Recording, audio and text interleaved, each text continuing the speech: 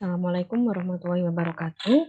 Baik, hari ini kita akan belajar asuhan kebidanan pada kehamilan ya. Mohon maaf hari ini karena saya berhalangan untuk bisa tatap muka kepada teman-teman semua. Saya izin untuk memakai record Zoom ya, tapi semoga tidak mengurangi semangat teman-teman semua untuk belajar bersama ya. Jadi mohon untuk tetap diperhatikan, dicermati dengan baik penjelasan dari saya ini dan nanti kita buka sesi diskusi setelah teman-teman mencermati materi ini ya. Baik, sesuai dengan RPS, kita akan belajar teori tentang pengkajian data objektif pada asuhan kehamilan ya. Ini lanjutan dari yang kemarin karena kemarin kan kita sudah belajar tentang pengkajian data subjektif yaitu anamnesa dan juga sudah mempraktekkan ya bagaimana cara melakukan anamnesa pada ibu hamil, baik kunjungan awal maupun kunjungan ulang ya. Nah, setelah itu pengkajian yang berikutnya adalah pengkajian data objektif, yaitu melalui pemeriksaan. Nah, apa saja yang perlu bidan lakukan ya untuk mengkaji data objektif atau pemeriksaan kepada ibu hamil? Nah, yang pertama, kita harus tahu bahwa pada ibu hamil itu terdapat tanda-tanda kehamilan, terutama ini jika ibu hamil tersebut periksa pada trimester awal, trimester pertama ya, 1 sampai 3 bulan pertama. Nah, tanda-tanda ini kita untuk memastikan apakah ibu ini masih dugaan hamil ya, masih mungkin atau tanda tidak pasti hamil atau bahkan sudah pasti hamil. Ya, di sini tujuannya adalah untuk menentukan apakah diagnosa pada ibu tersebut masih diduga hamil, mungkin hamil, atau sudah pasti hamil. Ya, nah bagaimana cara membedakannya tanda-tanda tersebut? Yang pertama kita kaji ya, yang tanda dugaan. Tanda dugaan di sini yang dimaksud dengan dugaan hanya perkiraan saja, masih diduga saja. Ya, tandanya hanya sebatas tentang yang dirasakan ibu. Jadi sebelum adanya pemeriksaan, ibu merasakan tanda-tanda seperti ibu hamil itu masih hanya diduga, ya. Kemudian kalau mungkin di sini tanda dugaan atau apa yang dirasakan oleh ibu, ya misalnya seperti mensnya telat, ya kemudian mual muntah, enek gitu misalnya, itu kan yang dirasakan atau dugaan ya. Kemudian ditambah dengan hasil pemeriksaan bidan terkait dengan adanya perubahan-perubahan pada tubuh, misalnya pembesaran perut, ya kemudian payudaranya membesar dan sebagainya, itu sudah mungkin, tanda mungkin hamil, tapi belum pasti. Karena pemeriksaan bidan di sini kan hanya bagian luar saja ya, tidak bisa menerawang di dalam uterusnya apakah memang sudah ada hasil konsepsinya atau belum, itu kan nggak bisa terlihat ya. Makanya masih dikatakan mungkin. Kemudian tanda pasti. Tanda pasti itu tanda-tanda yang sudah mengarah ke kehamilan, berarti sudah pasti hamil. Di sini tidak hanya dari pemeriksaan bidan saja, tetapi juga membutuhkan pemeriksaan penunjang. Misalnya seperti USG, itu kan sudah bisa melihat dengan benar ya, di dalam uterus itu sudah ada hasil konsepsi atau belum gitu. Atau bahkan sudah ada kerangka janin, atau bahkan sudah ada denyut jantung janin, itu yang memastikan bahwa memang sudah ada kehamilan. Ya. Nah, yang pertama adalah tanda dugaan. Tanda dugaan yang pertama adalah mual muntah pada pagi hari. Itu biasanya disertai dengan telat menstruasi ya atau amenor. Nah, mual muntah di pagi hari itu masih hanya dugaan karena tidak semua ibu dengan mual muntah di pagi hari itu pasti hamil ya. Bisa jadi masuk angin gitu ya. Jadi ini hanya tanda dugaan. Terlambat menstruasi atau amenor ya. Misalnya nih harusnya mensnya tanggal 5 ya, ini tanggal 6 belum mens, tanggal 7 belum, tanggal 8, 9, 10 kok belum, ya. Apakah ini hamil, ya. Nah, ini juga masih dugaan, belum tentu ya, telat menstruasi itu hamil. Kalaupun misalnya sudah melakukan hubungan seksual, telat menstruasi juga belum bisa dikatakan hamil, ini masih diduga. Apalagi kalau siklus menstruasi pada wanita tersebut biasa tidak teratur, ya. Nah, ini contoh tanda dugaan yang lain. Amenor, amenor itu tadi tidak menstruasi atau telat menstruasi, ya. Kemudian mual muntah, kemudian sering BAK. Kenapa kok sering BAK dikatakan tanda dugaan? Karena memang pada kehamilan trimester awal itu kan akan muncul ketidaknyamanan berupa sering PAK karena uterusnya kan sedikit membesar, kemudian menekan kandung kemih sehingga kandung kemihnya terdesak terus sehingga muncul keluhan sering PAK ya. Tapi juga ini kalau misalnya belum disertai dengan hasil pemeriksaan masih dikatakan diduga. Nyeri atau sensitif pada payudara ini juga tanda dugaan ya. Karena perubahan hormon ya, peningkatan hormon estrogen dan progesteron. Kemudian sembelit atau diare, kemudian ngidam ya atau sinkop ya. Ini juga tanda dugaan. Jadi semua ini dirasakan oleh ibu hamil sebelum ada tanda-tanda pemeriksaan, hasil pemeriksaan oleh tenaga kesehatan atau bidan. Masih hanya tanda dugaan ya. Terus kemudian keputihan, kelelahan, sering pingsan, ya, pembesaran perut, seperti merasakan gerakan janin. Seperti merasakan gerakan janin itu hanya dirasakan oleh ibu saja, ya, tidak dirasakan oleh bidan atau tenaga kesehatan yang lain. Gitu. Itu ya tanda dugaan ya, bisa dipahami ya. Kemudian tanda mungkin itu sudah lebih tinggi daripada dugaan. Yang pertama hasil pemeriksaan PP test positif. PP test positif itu termasuk tanda mungkin atau belum dikatakan pasti hamil, masih tanda mungkin.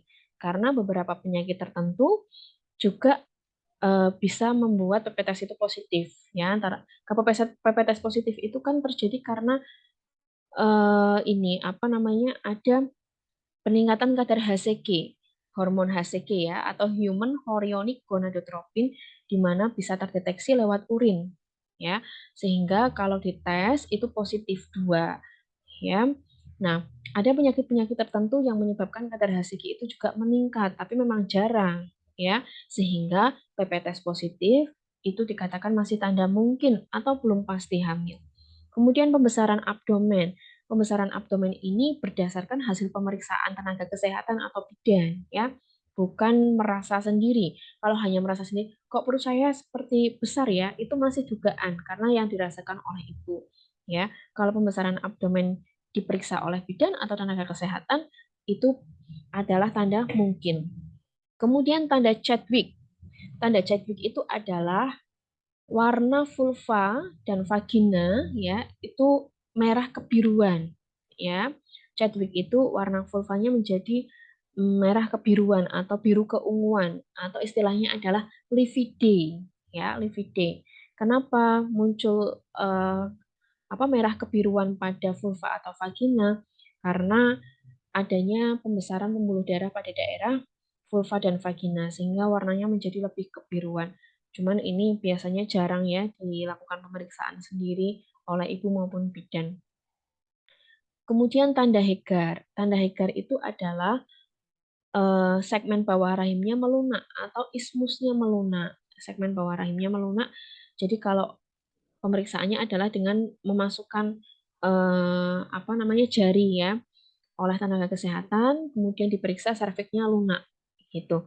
Nah, kenapa lunak? Ya tadi ada pembesaran pembuluh darah sehingga menyebabkan pelunakan pada serviks atau ismus ya atau segmen bawah rahim gitu.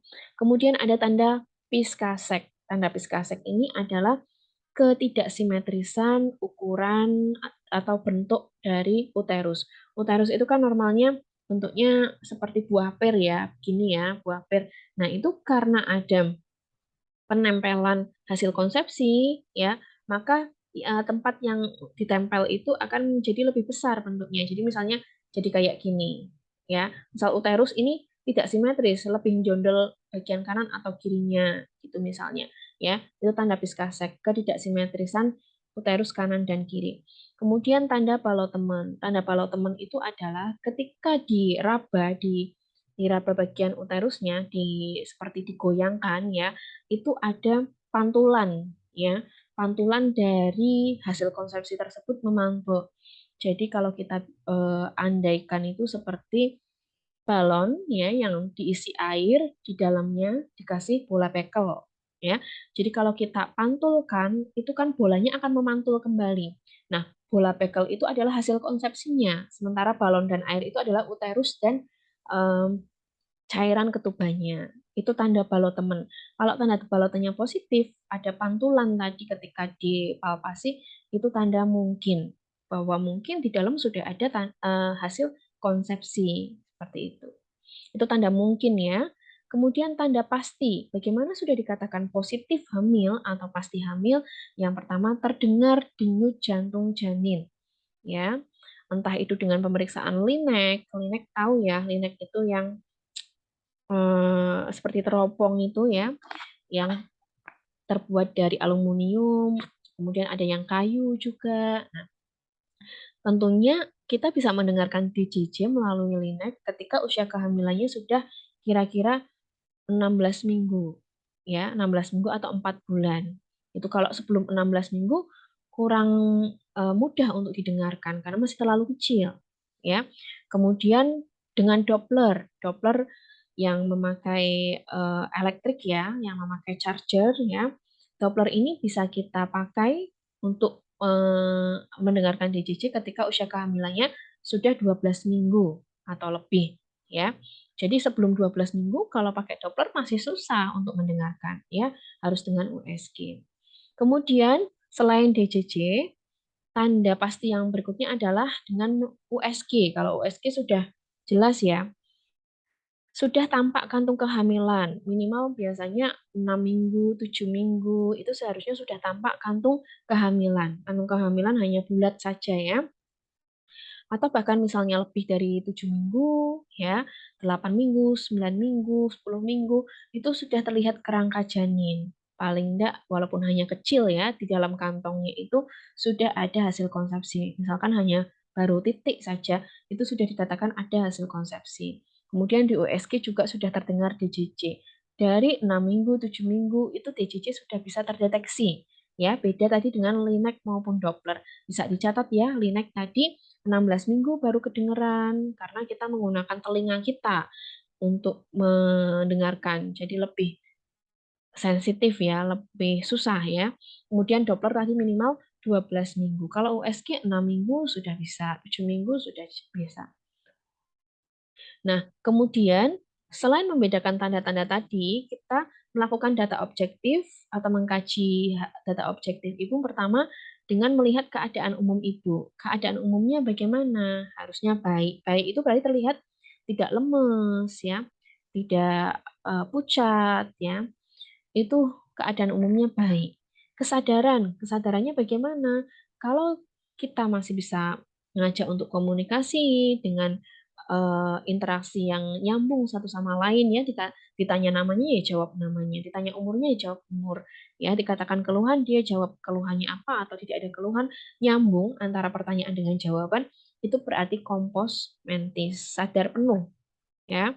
Kalau yang lain kita sesuaikan dengan tingkat kesadaran. Kalau mengantuk cenderung ingin tidur terus ya, itu somnolence ya. Kalau nggak sadar ya berarti koma. Kita sesuaikan ya. Kemudian kita periksa tanda-tanda vitalnya. Nadi, suhu, respirasi, tekanan darah. Dan kita harus tahu berapa normalnya. Ya, Anda sudah belajar bagaimana cara melakukan pengukuran tekanan darah itu sama pada ibu hamil. Dan nilai normalnya juga sama. Ya, sistolnya antara berapa? 90 sampai 130, diastolnya antara 60 sampai 90 ya, itu dikatakan normal. Suhu 36,5 sampai 37,5, respirasi rate 16 sampai 24 kali per menit ya. Nadi ya 60 sampai 100 kali per menit itu sama antara ibu hamil dengan tidak hamil itu normalnya sama. Kemudian pengukuran berat badan. Setiap ibu hamil datang ke tenaga kesehatan untuk melakukan pemeriksaan, kita timbang ya. Setiap kali pemeriksaan kita timbang. Wajib menanyakan berat badan ibu sebelum hamil untuk pengukuran indeks massa tubuh. Kita tanyakan berapa berat badan sebelum hamilnya ibu ya supaya kita bisa menentukan indeks massa tubuh. Untuk apa indeks massa tubuh? Untuk mengetahui apakah ibu itu tergolong kurus, ideal, atau gemuk gitu ya. Karena dengan tingkatan-tingkatan seperti itu kita akan menentukan berapa berat badan yang normal pada setiap klasifikasi IMT. Ya, kalau kurus, ibu itu cenderung kurus, berarti peningkatan berat badannya harus banyak karena dia perlu penambahan berat badan yang lebih banyak. Ideal itu tengah-tengah ya, nggak terlalu banyak, nggak terlalu sedikit. Gemuk harusnya nggak terlalu banyak. Obesitas nggak boleh terlalu banyak, sedikit harusnya naiknya. Nah itu nanti kita pelajari berapa normalnya ya pada setiap klasifikasi IMT. Jadi pakainya kalau IMT itu rumusnya apa? Rumusnya berat badan per tinggi badan dalam meter dikuadratkan. Ya, yang dikuadratkan itu adalah tinggi badannya dalam meter ya. Jadi berat badannya adalah berat badan sebelum hamil. Misalnya, berat badan sebelum hamil ibu itu 50 kilo. Ya, saat ini berat badannya 55 kilo. Kita cari MT-nya. Berapa tinggi badannya? Tinggi badannya misalnya 160. Ya, berarti kita cari MT-nya 50 per 1,6 ya dikuadratkan. Yang dikuadratkan adalah 1,6-nya. Jadi 50 dibagi 1,6 kuadrat kali 100. Itu adalah IMT ibunya. Nanti penggolongannya eh, kita lihat ya berapanya. Pengukuran berat badan, caranya pandangan ibu lurus ke depan, jangan menunduk. Kita yang melihat berapa angkanya, tapi ibunya cukup lurus ke depan saja. Kemudian pengukuran tinggi badan ibu. Tinggi badan ibu diukur satu kali saja cukup, yaitu pada saat kunjungan pertama. Tadi untuk mengetahui yang pertama untuk EMT-nya ya, kemudian apakah ada resiko tinggi ya dengan melihat tinggi badannya itu kurang dari 145 cm atau tidak. Kalau kurang dari 145 cm, ini bisa kita waspadai adanya panggul sempit pada ibu. Kenapa? Karena kalau pendek cenderungnya proporsi apa lingkar dari panggulnya itu lebih sempit. Tidak tergantung dari kurus atau gemuknya ya, tapi tinggi badannya, cenderungnya atau resikonya. Memang tidak semua ibu hamil dengan pendek itu panggulnya sempit, tidak selalu, tetapi punya resiko gitu ya. Tapi lebih banyak yang memang mengalami panggul sempit pada ibu hamil dengan tinggi badan kurang dari 145 cm. Pengukuran tinggi badan, kepalanya tegak, ya, pandangan lurus ke depan, tumit menempel di tembok. Nah, seperti pada gambar, kemudian kita cek berapa tinggi badannya. Nah, ini tadi indeks massa tubuh ya, berat badan dalam kilogram, dibagi tinggi badannya dalam meter dikuadratkan. Ini. Nah, contohnya ya, berat badannya 76 kilo. Ini berat badan sebelum hamil. Ingat-ingat sebelum hamil. Kita nggak bisa menghitung IMT pada ibu hamil. Tidak bisa. Misalnya adalah sebelum hamil. Karena kalau pada ibu hamil kan terus naik. Jadi IMT-nya akan berubah terus. Enggak. Ya. Jadi menghitungnya adalah berat badan sebelum hamil. Misalnya IMT berat badan ibu sebelum hamil 76 kilo. Tinggi badannya 16,7. Berarti 76 dibagi 1,67 dikali 1,67. BMI-nya adalah 27,25, termasuk kelebihan berat badan. Ini contohnya ya. Nah, berapa nilai MT normalnya? Ini 18,4 ke bawah, atau kalau standar WHO itu 18 ke bawah ya, kurang dari 18 itu kurang atau kurus ya. 18,5 sampai 24,9 termasuk ideal. 25 sampai 29,9 itu termasuk berat badan lebih ya atau gemuk, agak gemuk ya. 30 sampai 39,9 itu berat badan atau IMT gemuk dan lebih dari 40 itu sangat gemuk atau obesitas. Penambahan berat badannya, nah ini sesuai dengan kategorinya. Kalau dia kurus atau underweight atau tadi dia kurang dari 18,5 itu penambahan berat badan sesuai IMT-nya 12,5 sampai 18 kilogram. Ya. Kemudian kalau berat badan kalau kategorinya overweight tadi, oh ini kok nggak ada yang ideal ya. Oke, kurang berarti ya. Nanti saya tambahkan.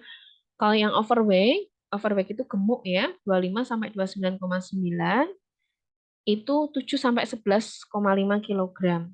Kalau obesitas itu 30 yaitu 5 sampai 10 kilogram ya.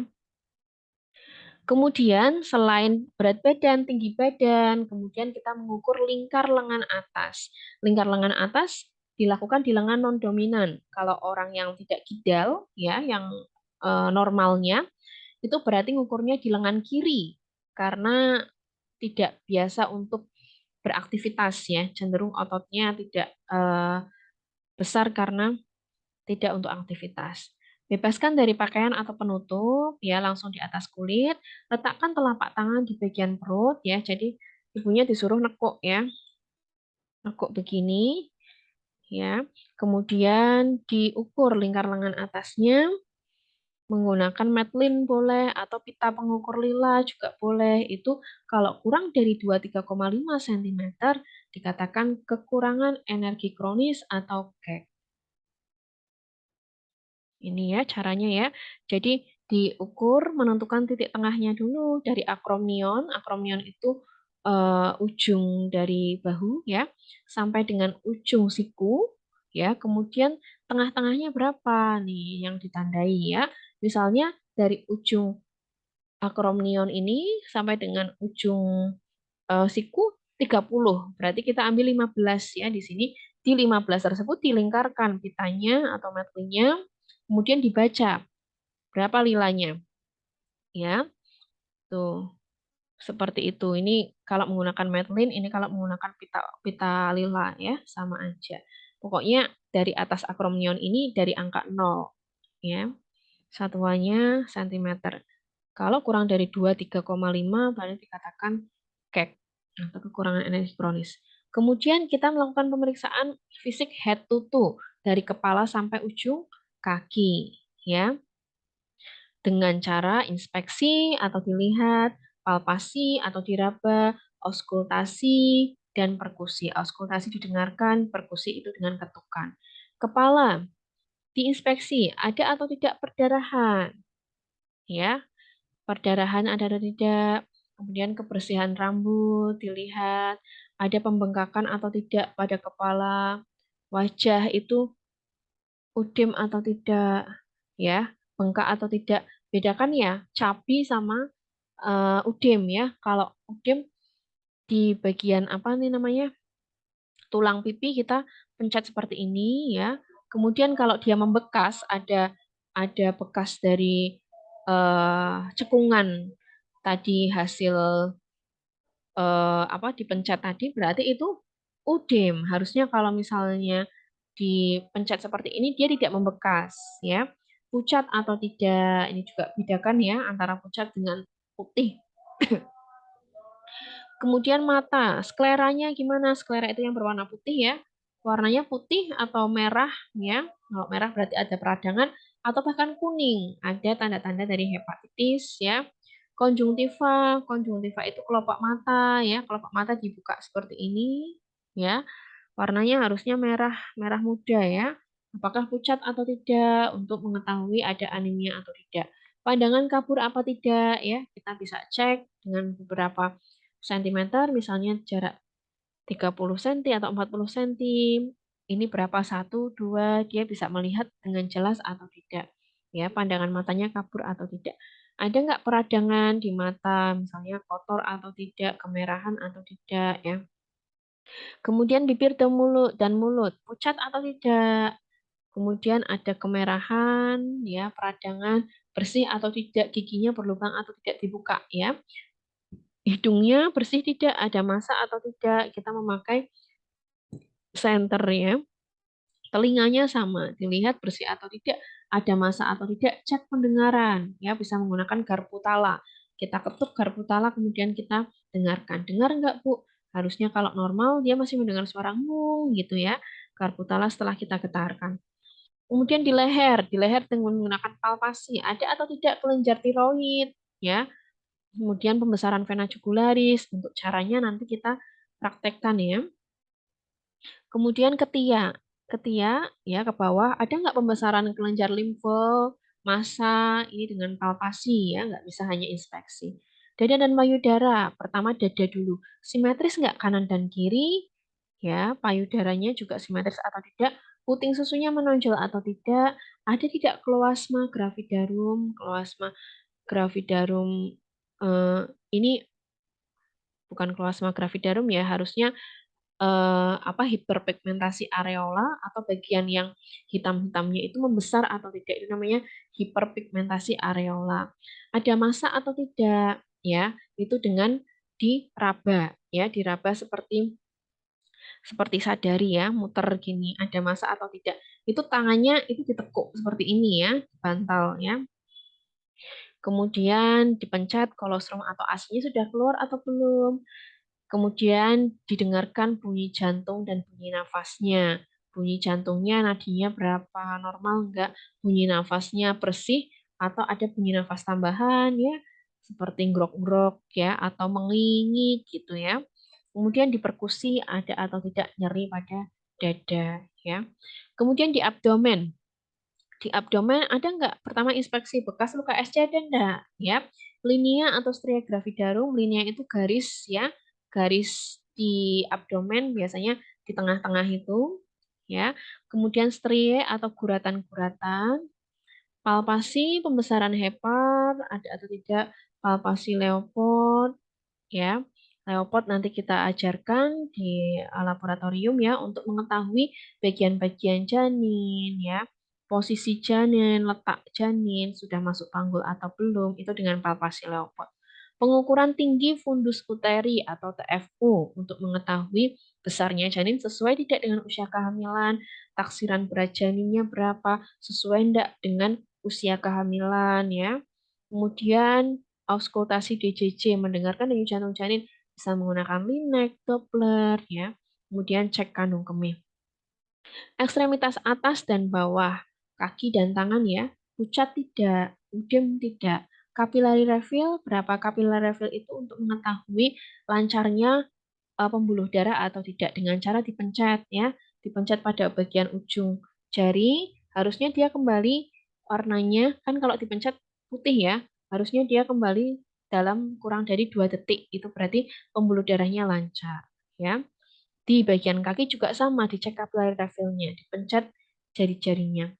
Pada kaki ada varises tidak, terutama di bagian dalam ya, di belakangnya tumit itu ya, di atasnya tumit ya, itu biasanya ada varises berarti nanti kita catat ada varises. Di genetalia ini memang tidak harus ya, tetapi perlu juga ya. Kita perlu izin sama ibunya bahwa kita mau melakukan pemeriksaan bagian genitalia, izin untuk dibuka gitu.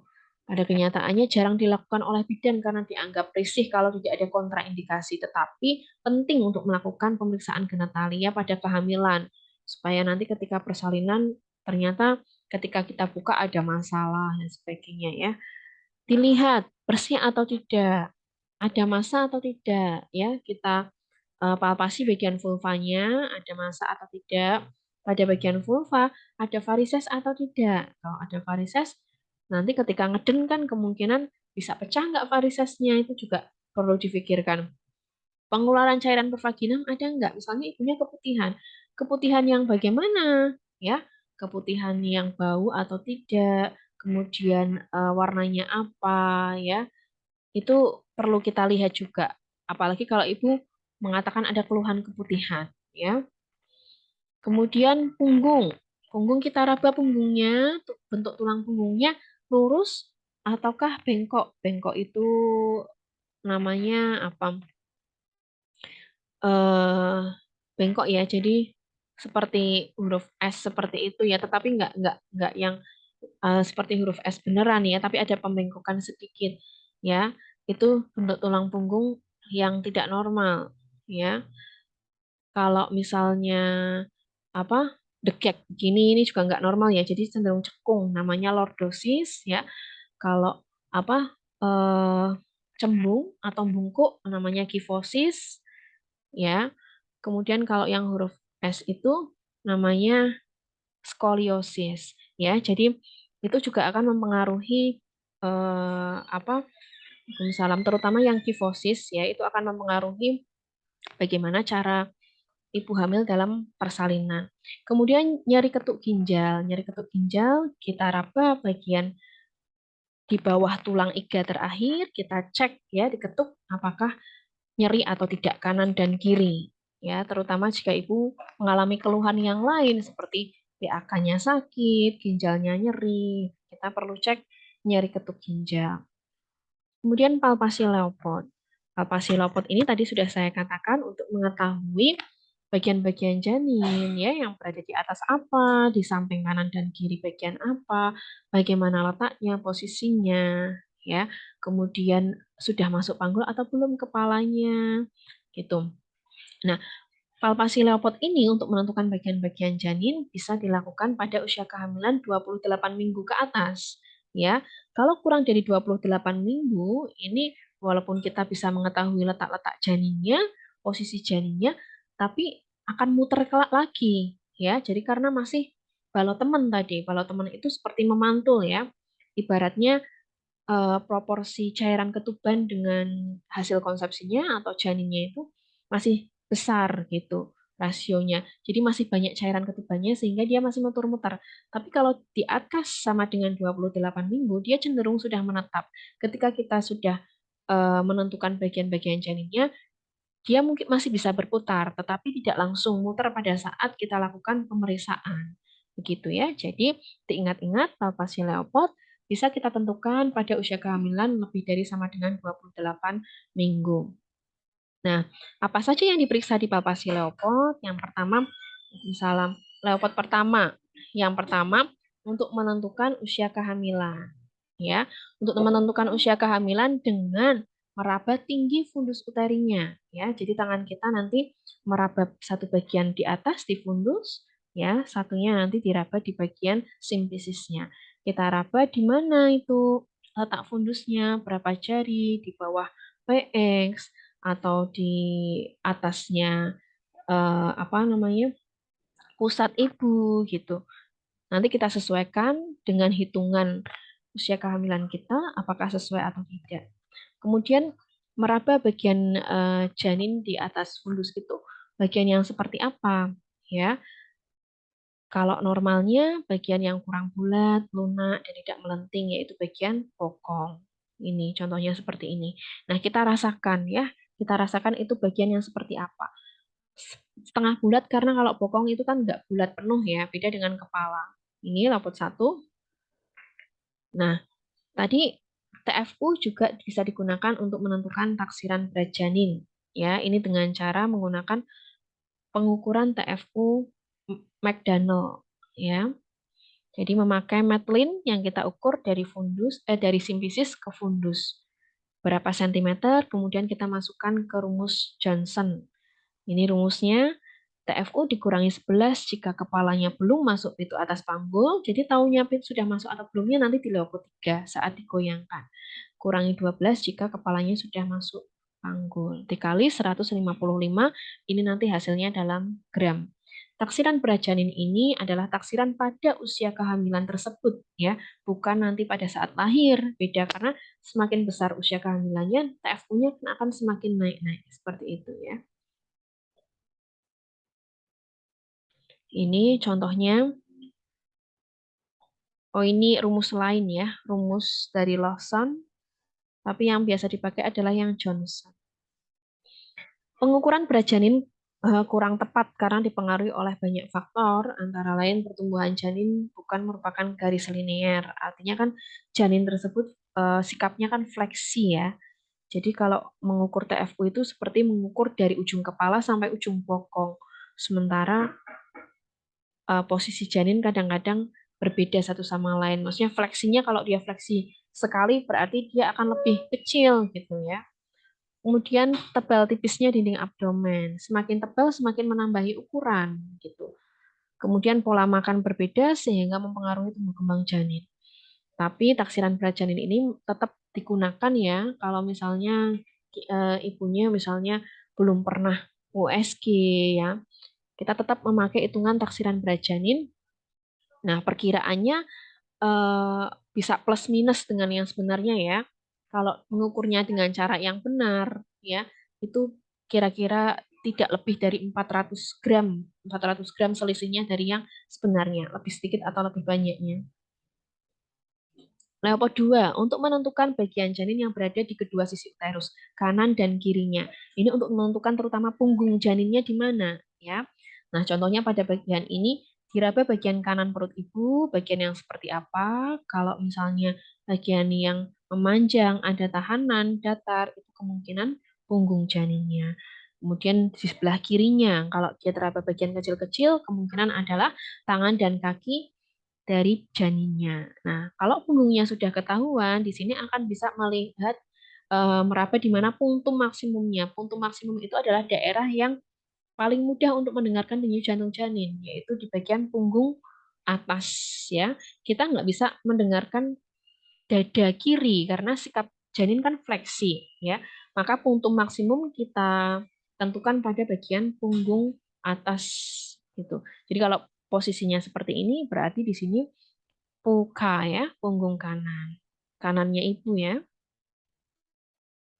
Kemudian level 3 untuk menentukan bagian yang ada di bagian simpisis itu bagian yang seperti apa dan apakah sudah masuk panggul atau belum. Kita raba, oh ini adalah bagian yang bulat keras dan ada lentingan ketika kita goyangkan. Ya, itu berarti kepala dan kemudian kita goyangkan. Bisa digoyang atau tidak? Kalau misalnya masih bisa digoyang, kita terasa bahwa kepala itu masih bisa digoyangkan, ya. Caranya seperti ini, kita goyangkan itu berarti kepala janin belum masuk panggul. Tapi kalau tidak bisa digoyangkan, ya, itu berarti kepala janin sudah masuk pintu atas panggul karena dia sudah masuk ke tulang, jadi susah untuk digerakkan. Sambil saya cas.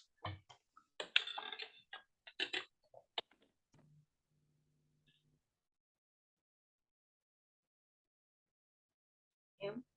Terus leopard 4 itu untuk mengetahui apakah bagian janin bawah janin itu sudah masuk panggul atau belum. Kalau sudah seberapa jauh, jadi dengan kedua tangan kita itu dipertemukan. Kalau tangan kita masih bisa bertemu semuanya, berarti kepala janin itu masih di atas pintu atas panggul atau di atas tulang ya. Berarti semuanya belum masuk panggul.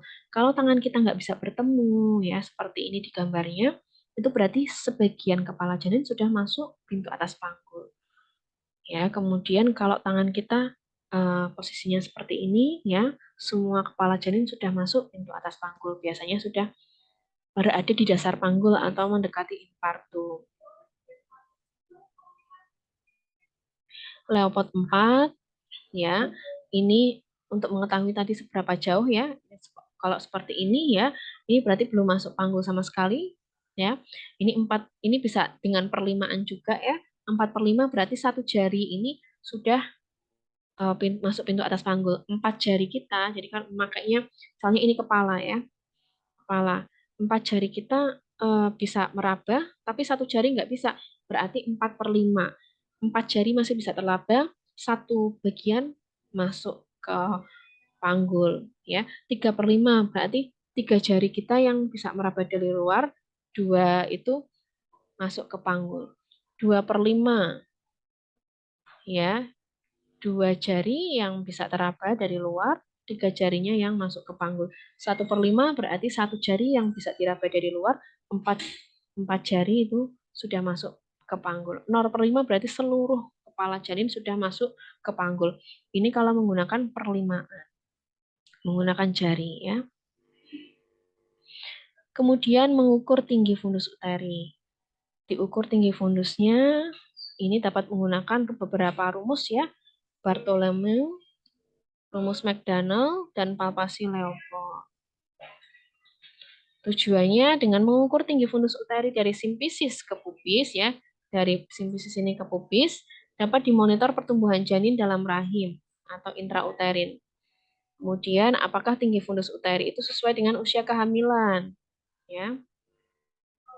Bila TFU tidak sesuai usia kehamilan, kemungkinannya bila lebih besar ya, berarti mungkin bayinya kembar, ada 2. Jadi harusnya TFU-nya itu di misalnya 32 minggu, harusnya pertengahan pusat dengan PX ya, tapi dia itu seperti di setinggi PX Nah, berarti kemungkinan ada bayi kembar, hidramnion, atau cairan ketubannya berlebihan.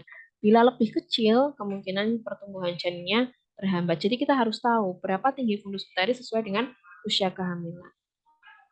Kemudian kesejahteraan janin dapat dimonitor dengan denyut jantung janin tadi ya. Harus tahu punktum maksimumnya dulu di mana. Di mana punggungnya ya. Ini rumus Bartholomew ya, tapi jarang digunakan ya. Dibagi menjadi 4 bagian yang sama. Ini 4 bagian di abdomen ya. Maka tiap bagian menunjukkan penambahan 1 bulan. Fundus uteri terdapat tepat di simfisis umur kehamilan 2 bulan ya. Antara pusat dengan prosesus sifoid dibagi menjadi 4 bagian menunjukkan kenaikan 1 bulan.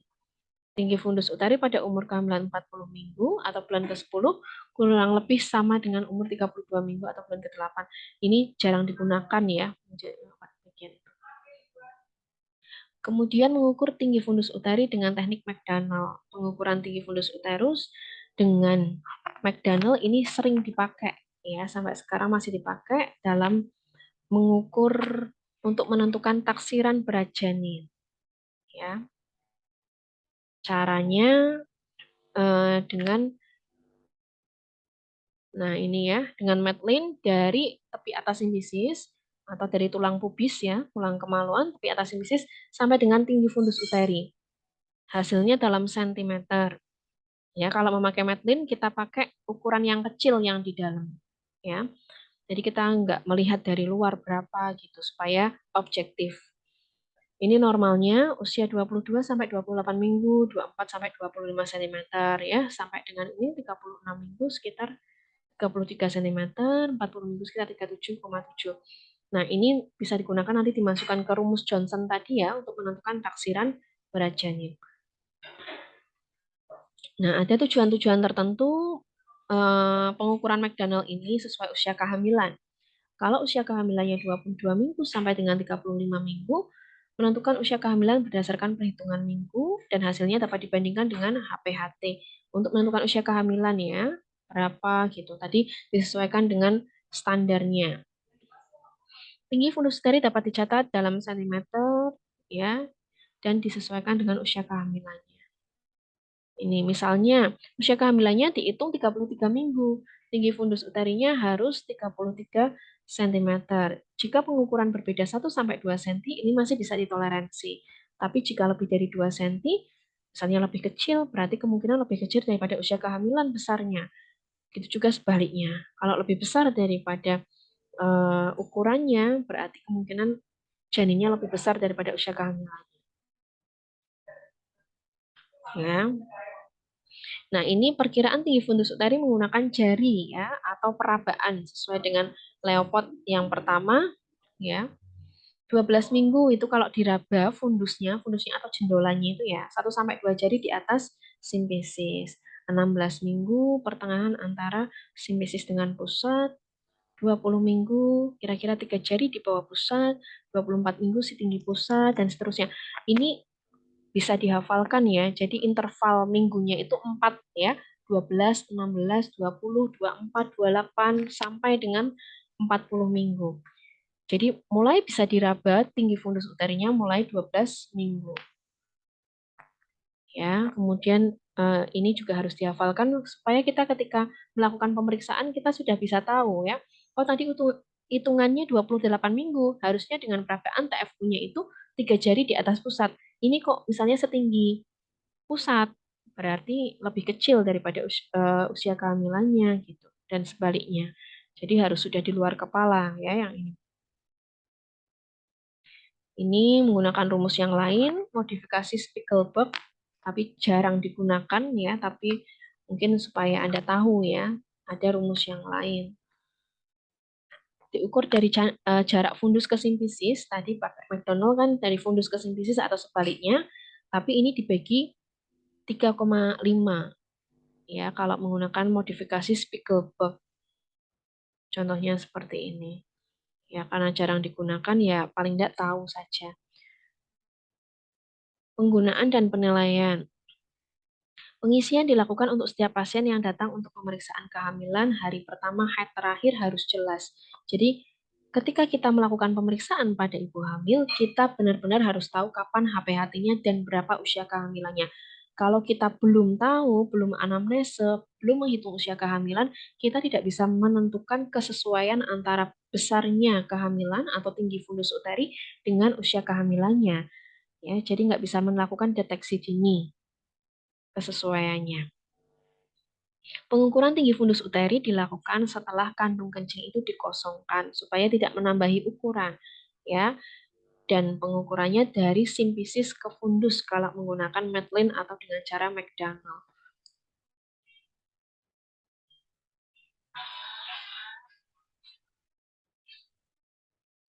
Nilai ada tidaknya gangguan pertumbuhan janin dengan melihat tinggi fundus uteri dari simpisis ke fundus, ya. Nah, kita bisa masukkan ke grafik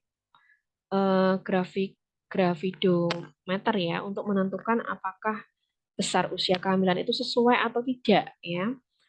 Nah, kalau kurang dari 10 persentil maka dikatakan KMK, kecil untuk masa kehamilan. Jadi di grafik itu sudah ada grafik di bawah 10 persentil ya, di atas 10, 20, 30 seperti itu. Kalau kurang dari 10 persentil maka dikatakan KMK. Kalau lebih dari 10 persentil kehamilan, maka dikatakan BMK. Ini gravidogram ya, 10 ini ya, 10 di sini. Jadi kalau letaknya itu di bawah sini, berarti KMK kecil untuk masa kehamilan. Sesuai dengan usia kehamilannya. Ya. Bagian bawah adalah usia kehamilan. Misalnya kita masukkan 32 minggu. TFU-nya 32 minggu itu TFU-nya hanya 23 cm misalnya. Kan berada di sini ya, di bawah 10 persentil kehamilan. Itu dikatakan KMK. Atau kecil untuk masa kehamilan. Normalnya di mana? Normalnya antara 10 sampai dengan 90 persentil ini. Atau di daerah tengah sini. Di atas 90 persentil kehamilan dikatakan BMK. Besar untuk masa kehamilan. Ya, bisa jadi janinnya besar. Atau baby giant, bisa jadi hidramnion. Atau cairan ketubannya terlalu banyak atau mungkin kehamilan kembar ya, kemeli. Ini kalau nggak sesuai maka harus dilakukan evaluasi ya, paling tidak di USG. Karena kan kalau palpasi itu dilakukan oleh bidan, kalau USG sudah lebih jelas lagi. Kemudian melakukan pemeriksaan ukuran panggul. Ini untuk mengetahui apakah ada indikasi panggul sempit atau tidak. Ya, terutama bisa dilakukan pada awal kehamilan. Jadi tidak akan berubah dari awal sampai akhir kehamilan pembesaran tulang itu. Paling tidak sekali ya selama kehamilan itu dilakukan pemeriksaan. Ini pemeriksaan pertama mengukur antara spina ischiadica anterior ya, sias kanan dan kiri atau sebaliknya. Kemudian mengukur krista ilia ke kanan dan kiri, ya. Kemudian konjugata externa, mengukur bagian tepi atas simfisis dengan belakang untuk mengatur diameter eh, depan dan belakang, ya, dan juga lingkar panggul. Nanti ini kita praktekkan lebih mudah ya, ini secara teorinya dulu. Ini menggunakan pelvimeter, ya, dan menggunakan Medline untuk yang lingkar panggulnya dilingkarkan.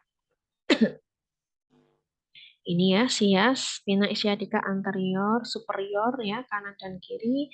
Kemudian distansia cristarum, crista iliaca di kanan dan kiri. Atau sebaliknya ya. Kemudian conjugata externa, ini mengukur diameter depan belakang ya, miring. Kemudian lingkar panggul. Nah, seperti ini. Ya, itu pengkajian data objektif yang bisa dilakukan oleh bidan dalam menentukan bagaimana kondisi ibu dan janinnya. Ya, pemeriksaan data objektif ini bisa kita kolaborasikan dengan pemeriksaan yang lain, antara lain pemeriksaan laboratorium, USG, radiologi, dan sebagainya jika ada indikasi, sehingga sifatnya bisa mandiri maupun kolaborasi. Oke. Mungkin itu yang bisa kita pelajari hari ini. Mohon untuk kita diskusikan jika ada yang kurang jelas. Terima kasih. Wassalamualaikum warahmatullahi wabarakatuh.